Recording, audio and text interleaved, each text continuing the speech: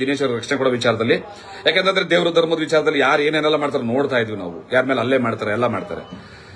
ಸತ್ಯವಾಗ್ಲೂ ಅವ್ರ ಕೂದಲು ಮುಟ್ಟಿದ್ರು ಕೂಡ ನನ್ನ ತಾಯಿ ಮೇಲಾಣೆ ಪದೇ ಪದೇ ಹೇಳ್ತಾ ಇದ್ದೀನಿ, ನಾನು ಮನುಷ್ಯನಾಗಿ ಉಳಿಯೋದಿಲ್ಲ.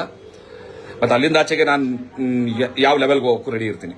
ಪ್ಲೀಸ್ ಗೆಳೆಯರವ್ರೆ, ವಸಂತ್ ಗಿಳಿಯಾರವ್ರೆ, ಪ್ಲೀಸ್ ಸ್ಟಾಪ್ ಮಾಡಿ, ಅದನ್ನೆಲ್ಲ ಡಿಲೀಟ್ ಮಾಡಿ. ನೀವೇನು ಸಾರಿಗಿರಿ ಕೇಳಿ ಅಂತಾನು ಹೇಳಲ್ಲ, ಸುಮ್ಮನೆ ಡಿಲೀಟ್ ಮಾಡಿ ಸುಮ್ಮನೆ ಬಿಡಿ. ನಿಮ್ಮ ಕೆಲಸ ನೀವು ಮಾಡ್ಕೊಳ್ಳಿ, ನಿಮ್ಮ ಹೋರಾಟ ನೀವು ಮಾಡ್ಕೊಳ್ಳಿ.